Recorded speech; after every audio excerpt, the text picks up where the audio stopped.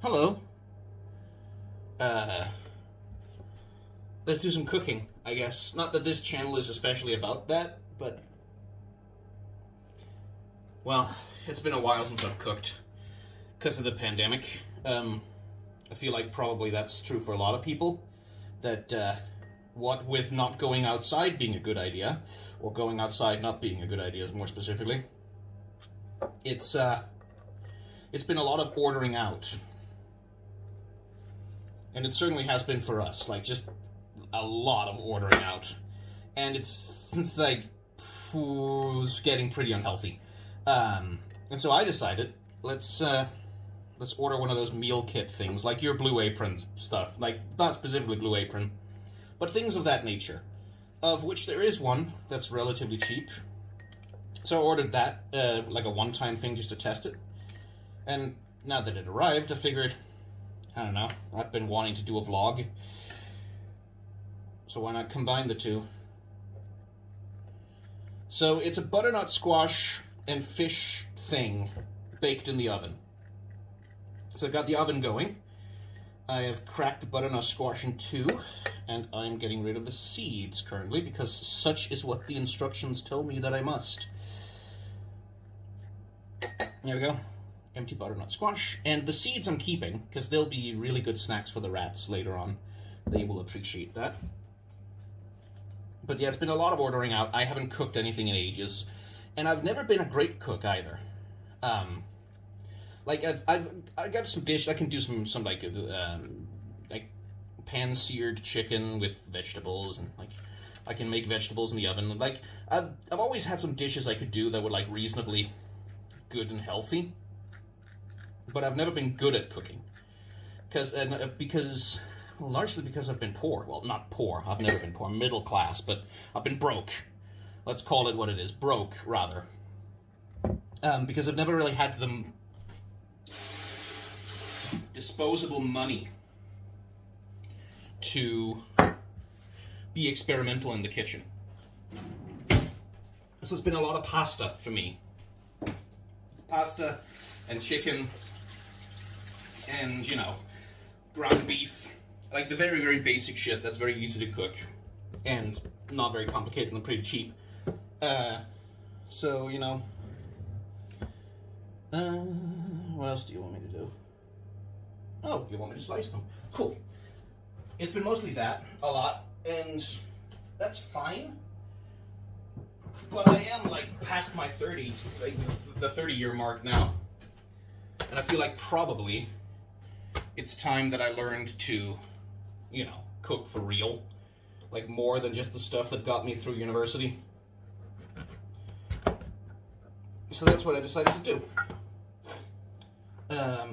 And maybe that'll be a vlog every once in a while. If this kind of thing interests you at all, you can let me know. And we can talk about YouTube-related stuff while I'm doing it. Because if 2021 is about half as good as 2020 was, there's a decent chance that the channel is going to actually hit 100,000, which is going to be weird. Because the 100,000 is like, that's kind of the point that YouTube itself like begins to go, oh, you're a real channel now, you're a big boy, and sends you like the plaque and does all the commemoration nonsense that they do.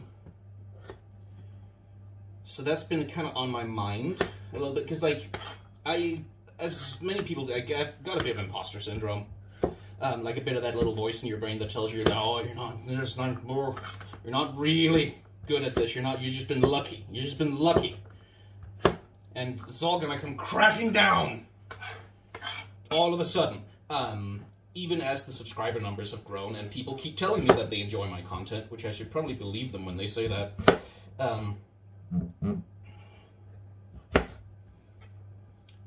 There's a bit of imposter syndrome, but that 100,000 mark, something about it does feel portentous.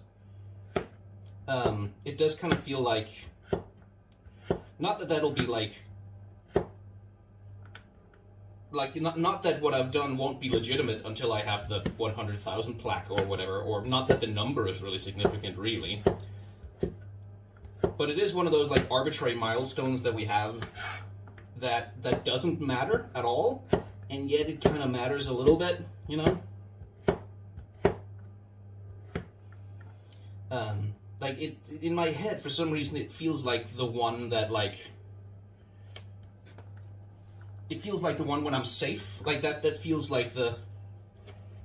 Like, once I hit 100,000, that's, like, that's, okay, this is a real career now. Like, this is...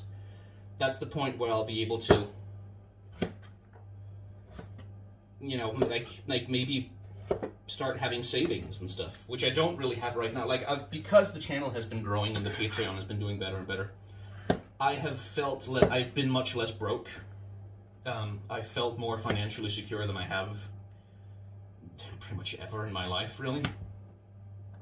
Not because I have a ton of money, but just because I have some. Like, I just like at the end of the month, my account isn't empty, which is what it has been for the past, God, 15 years? More or less? Like, yeah, 12, 13 years-ish. It's been a thing of, like, every month, at the end of the month, my account is empty. Then my wages or my stipend or my whatever goes in. All my bills are paid, and then it's just like, okay, you're broke now. You can buy food, maybe a video game if you're very lucky, if you get some commissions. But that's it. Like, that's all you get.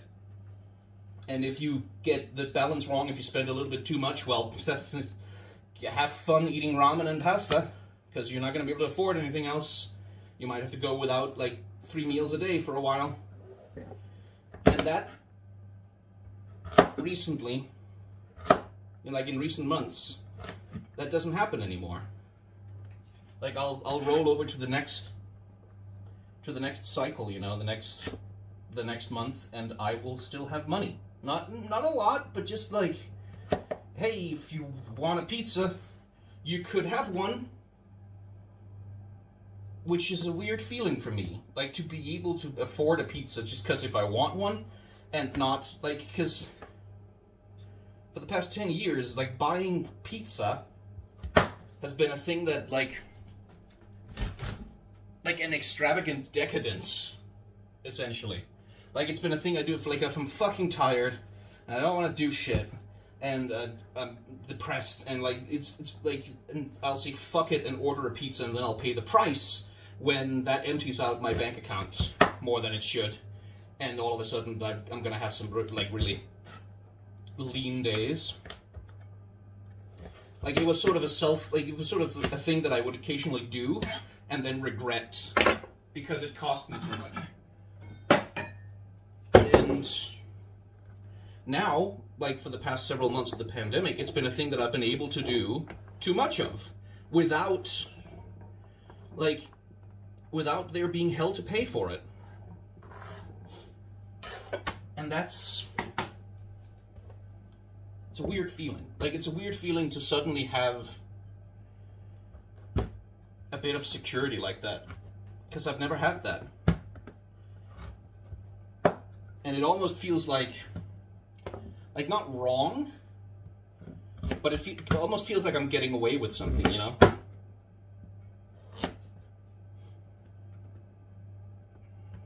And that's, yeah, it's kind of wonderful in a way, and scary. Like, it's because it's unfamiliar. Like, there's a part of my brain always, and it's not really the imposter syndrome part of my brain. It's not telling me, oh, you're not good enough, you can't really do this. There's a part of my brain that's still in broke mode.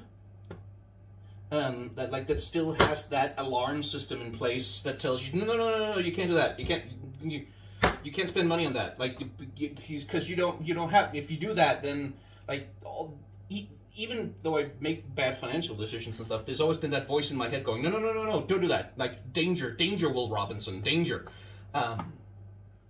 warning me away from unnecessary expenditures. And that's still there. Like, even when I know that I have enough to do something like this, like to buy one of these meal kit things, which are a little bit more expensive, I think, than going grocery shopping. Like, that little voice is still in there, even though it doesn't need to be anymore. And I'm not sure when, if ever, that part is going to go away. And I hear the same thing from a lot of my artist friends and stuff, like people who have had that same life experience of struggling.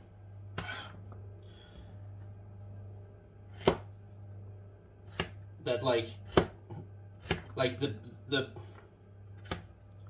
the warning system kind of never goes away. Like the anxiety of having been broke a lot never really goes away.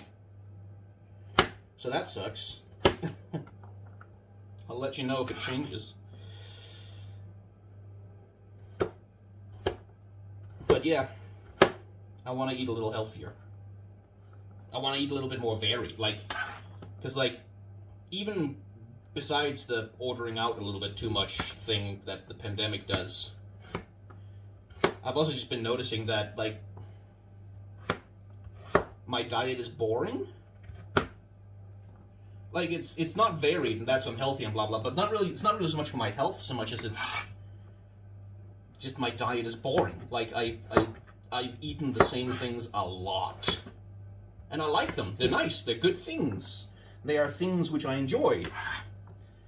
But there's no variety in them. And again, I never really learned variety because I never felt like I could afford to experiment. But because the channel is doing like okay, I'm able to afford to do this. Which is the thing that made me think about like the arbitrary bullshit about hitting the 100,000 and so on. Is that because this channel has been it hasn't melted down, the imposter syndrome has not come true, I'm able to do something like just cook some food that's different from the food I normally cook. And try a different thing.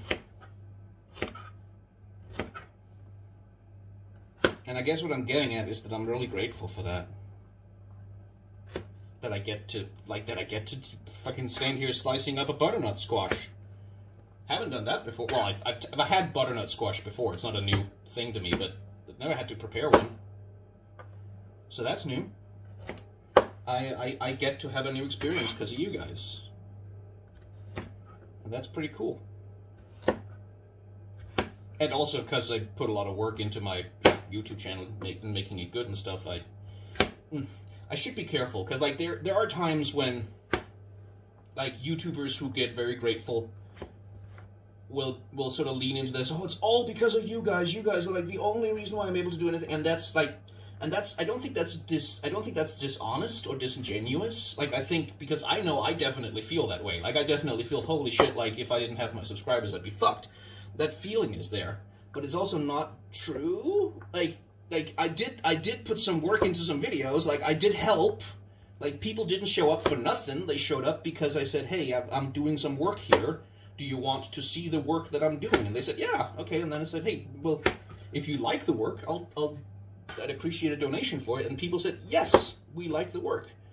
So, like, I did help. I hope. No, I did. I did help. I have to be careful about that. Like, because the default mode of artistic people tends to be self-deprecation. Like, to be like, well, I kind of suck, I'm not that good, nothing I do is really that great, but people seem to like it, so I don't know, maybe I just got lucky. Like, that's very much an artistic mindset kind of thing. Which is not, like, it's not bad to be humble, and to keep in mind that your success is, like, it's not magic. Money just doesn't just fall out of the sky. You have to earn it. Like, you have to work for it. That's healthy to keep in mind, but I do think that artists sometimes take it too far. We sometimes do. Like, people like me, basically, sometimes take it too far and sort of start not taking responsibility for their own success.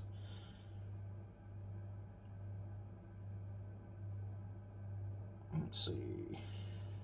Vend græskar, hvidløg med olivenolie og krydder med salt og peber. Okay, well, garlic it is.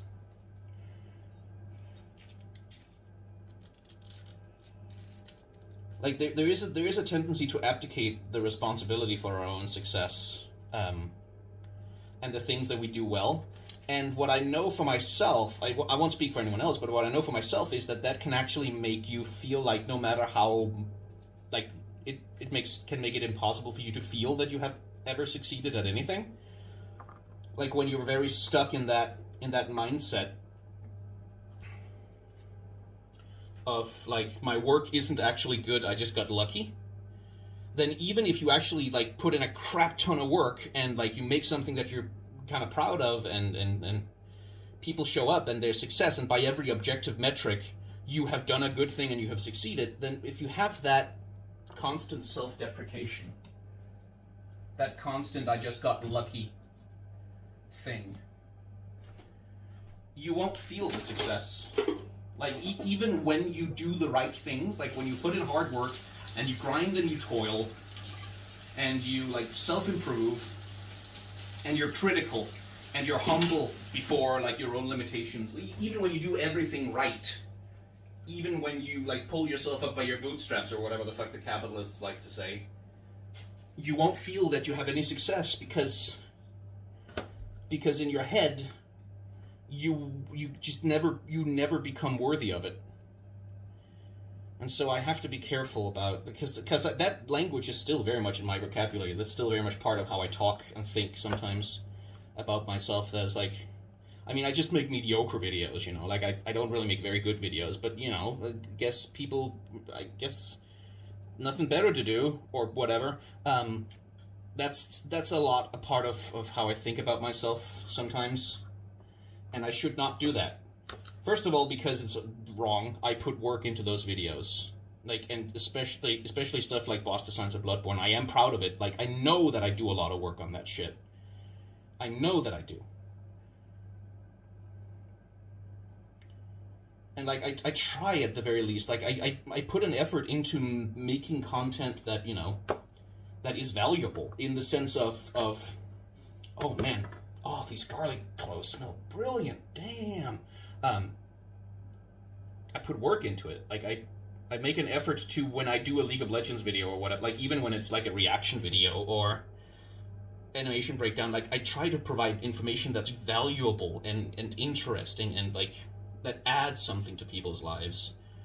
That isn't just like me sitting there like going, whoa, oh, that was cool, or oh, that's like, that's just more than just a reaction, but also like an attempt to understand or critique.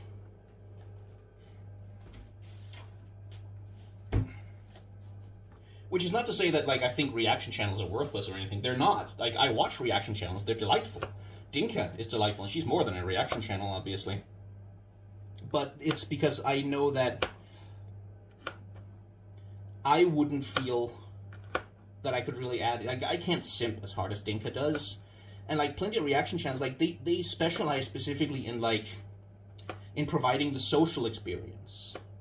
And one thing I don't do is I don't appear on camera, you know. Like the same, I can't provide the same thing. So if I was a reaction channel, I'd be a really low quality one. Like, I wouldn't be a good one. I'd suck at being a reaction channel because it wouldn't really provide value. I wouldn't really add anything to the thing that's being watched, I don't think.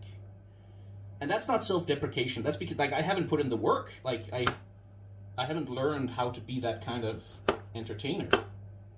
The same way that someone like who makes tons of reaction videos and puts effort into being entertaining and being engaging and offering reactions that are worth seeing, you know.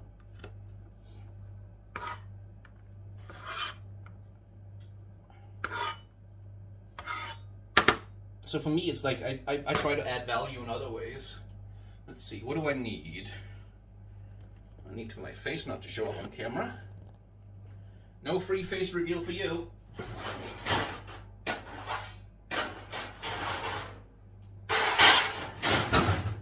As I bend down to grab a thing.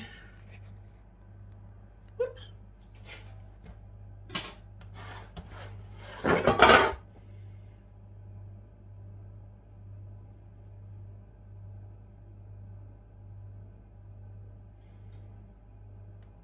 Okay, cool. That's pretty simple. So the next steps is Hella olive oil.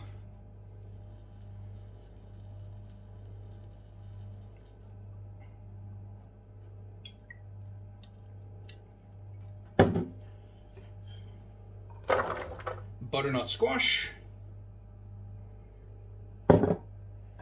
And garlic. Whoop-de-whoop-de-whoop-de-whoop. Yep.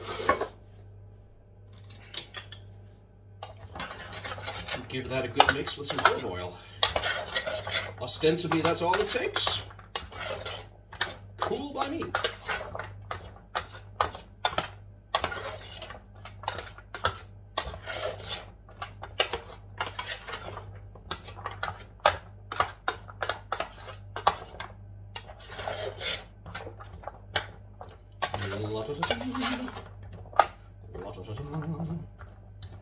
Spread that out evenly. Oh yeah, seems about the right size. That looks pretty good. And it's not even baked yet. But it will be.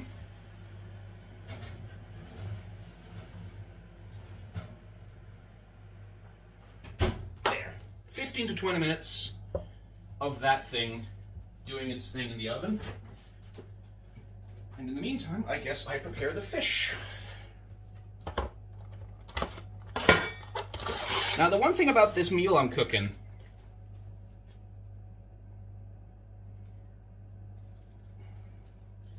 is that I don't actually like seafood. I don't like fish very much, and I don't usually eat it. But my flatmate, who I'm also cooking for, does like fish, and so I feel like it's only fair that there's a compromise that the meal kits we order include some fish. I've got food for 4 more days, or 3 more days, besides this, and none of that is fish. But the first dish, as I clean my cutting board, the first dish is fish-based. So we'll start with that, and then we'll move on to the other things. And if you want to see a vlog of me cooking those things, you should feel very free to tell me so in the comments down below. Ugh.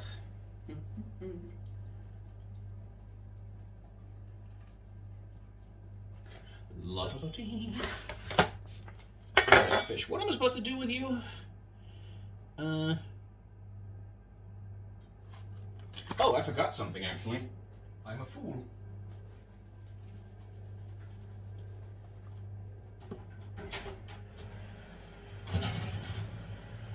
I needed to salt and pepper it.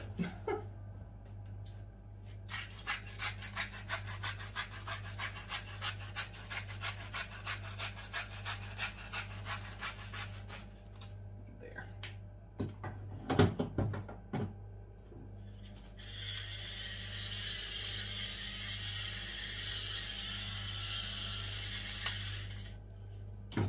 There we go. That would kind of suck to forget. So that'll be at 37-ish. Yeah. Anyway, fish. What am I supposed to do with you? I'm supposed to wash my hands is what I'm supposed to do.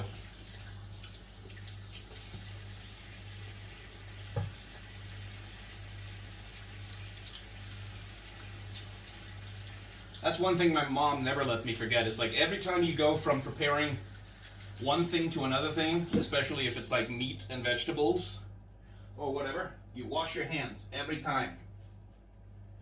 Don't get that cross-contamination going.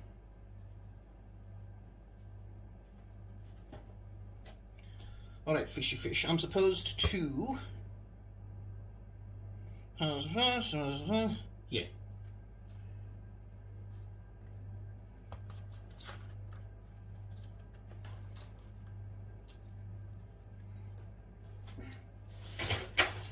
I don't know what kind of fish this is. Well, it's flelfisk in Danish, but which just means it's like one of those little flat bastards lie on the bottom of the sea and I don't know what it would be called in English, but I'm supposed to make sure there's no bones. Which, that seems to have been good advice, actually. What do we have here? Well, don't you feel bony, whatever the hell you are. Not much familiar with fish.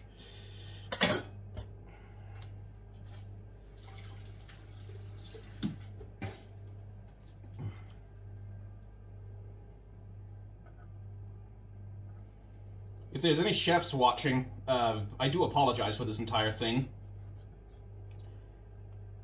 Like, I imagine that it must have been rather... It must be rather painful to watch.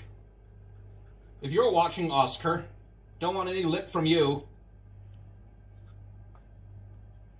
Oh, you're a handsome man and able to cook and you have a beautiful girlfriend. Shut up, jerk.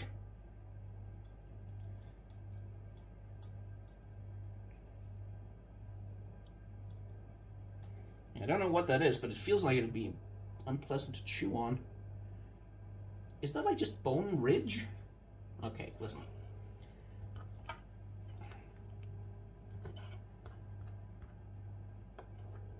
Whatever that is, I wouldn't want to chew on it.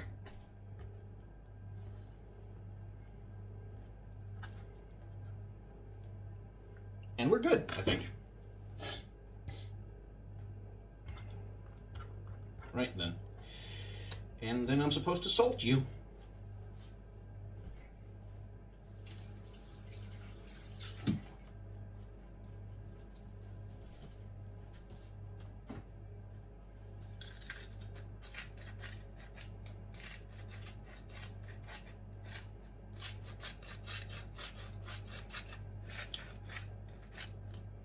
That should do. Probably too much, frankly. I almost always use too much salt somehow.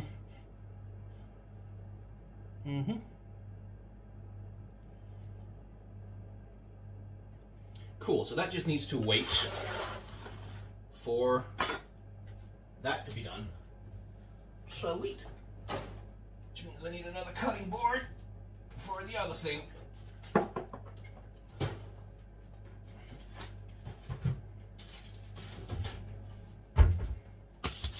Which is the lemon.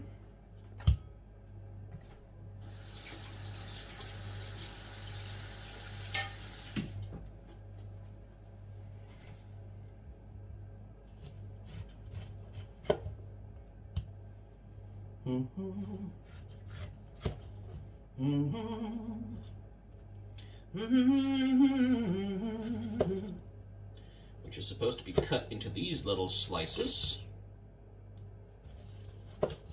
Ta-ta-ta.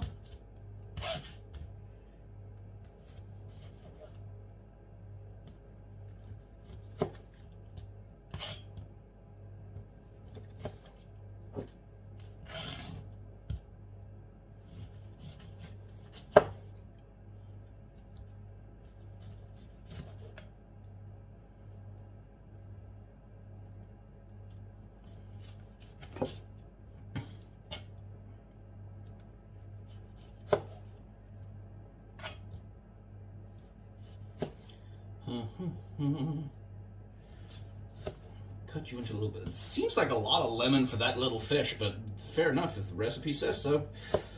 Who am I to question the wisdom of the recipe?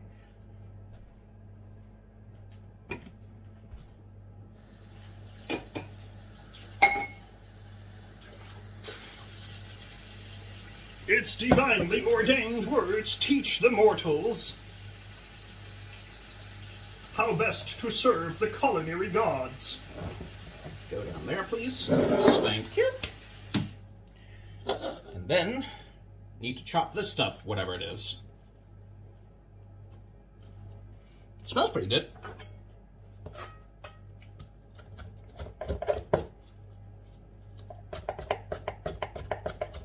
Thank God my knife is sharp.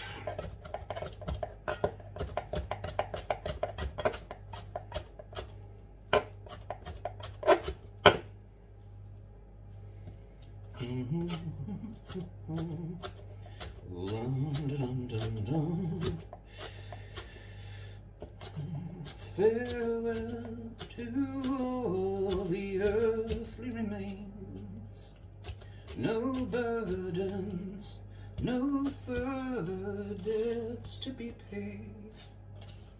At last can rest his weary bones. The weight of the world all falls away in time.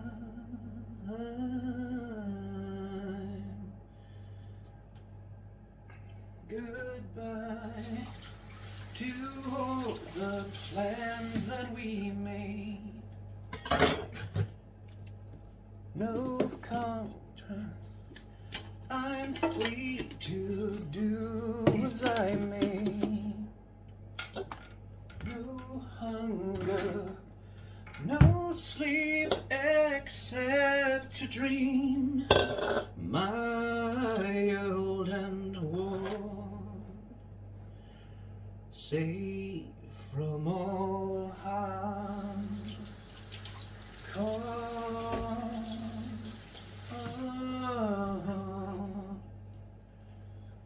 Good riddance to all the thieves, to all the fools that stifled me. They've come and gone and passed me by.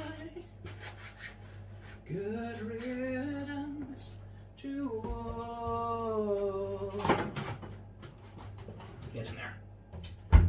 I think that's it, pretty much. So now we're just waiting for the squash to finish cooking, which will be another 7 minutes-ish. And then the lemons goes in the squash, and the fish goes in the squash, and the green stuff goes in the squash. So that's cool.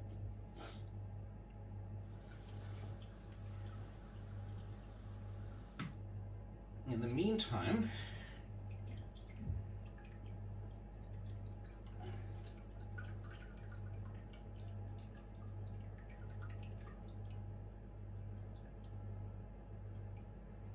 I guess I will try and free the seeds of this thing from the meat.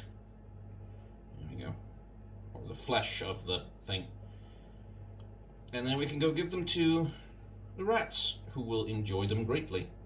Or actually, I think they've never had... I don't think they've ever had these seeds before.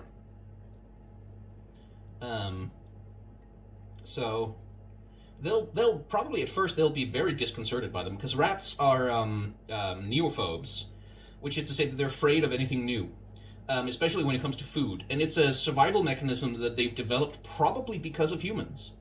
Probably because humans have been poisoning them for hundreds and hundreds of years. Rats have learned to avoid unfamiliar foods and unfamiliar smells. Like anything that they haven't eaten themselves, or that they haven't seen another rat eat and be okay, they won't touch it to start with. Like they'll maybe do a little itty bitty tiny nibble, like just a little nibble just to see what is this thing. And then they'll wait. And then if it doesn't kill them, they'll be like, okay, that's food. We can eat it. It's food. And then they'll eat it happily. But they are, like, when you introduce new foods to pet rats, they're slow to accept it. But there is a trick you can do. If you want to introduce your rats to a new food, and you want them to not, like, you don't want to have the whole adjustment period thing going on. You want to have them eat it immediately. Eat a little bit of it yourself. Chew it up, like, really get it in your mouth and chew it up. And get it all over the inside of your mouth. And then let your rats smell your mouth, so that they smell the scent of the new food on your breath. And if they do that, then they'll be like, oh, well, they ate it, and they're fine, so I can eat it, and I'll be fine. Because rats basically think of you, the owner, if they have a social bond with you, obviously, and not if they're completely unfamiliar with you. But if they have a social bond with you, they basically think of you as the big rat, as the big rat who brings food. And they'll sort of, if they see that you eat it and you're fine, then they'll be happy to eat it as well. Which I find just painfully adorable, frankly. Just painfully adorable. Actually, let's just...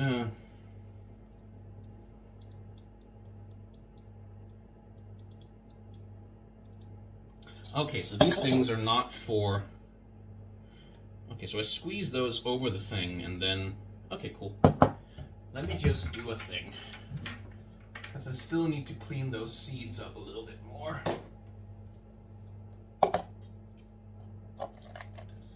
And this colander is exactly the thing I need. So if you green leaf things, whatever the hell you are, I don't know what you are. Grønnkase in Danish. If that has an English cognate, I'd be curious to know it. There we go. There we go. Now we're flushing them. I'm not showing you my sink, by the way. It's a mess.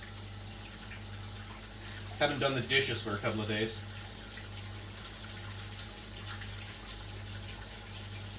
And there is a reason why, like, besides not wanting to show my face, yeah, there's a reason why I chose that very specific camera angle, because you shouldn't see the rest of my kitchen right now. It's a fucking mess. Like, it's just stuff on the floor, things we haven't thrown out.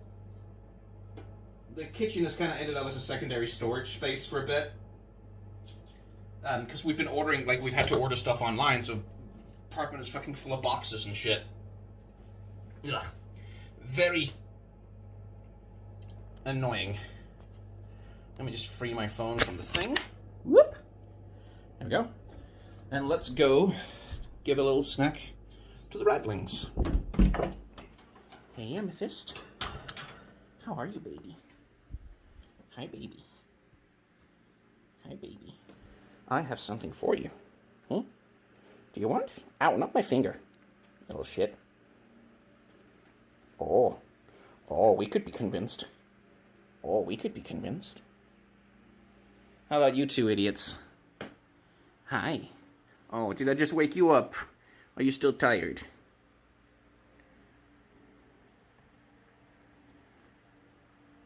Are you gonna realize it? No?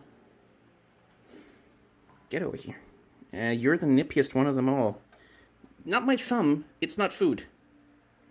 The seeds are here, you dum-dum.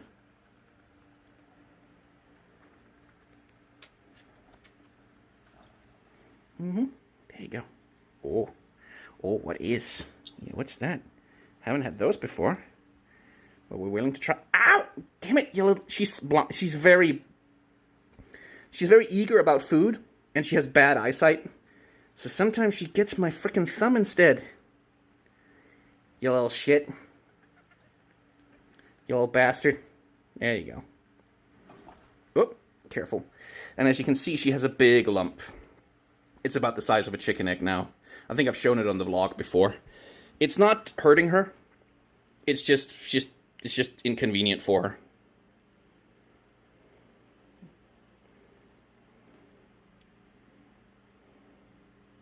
Well, you had the seed, you dumbass. Is this worried about new things? Don't want to eat the new thing? Is that it? But they're over there. They're over there. Just grab it, dum-dum. All right. Yeah, you're not so enthusiastic about it because it's new? Fair enough. Here, you can have a hazelnut instead. Do you want the hazelnut? There you go. She's getting lumpy as well. It happens when they get over a year. You start to get a little lumpy. A lot of the time. And you too. There you go. Have it. There you go. They're used to hazelnuts. They like them a lot. But you seem to have taken to it. You like the seeds. Yeah.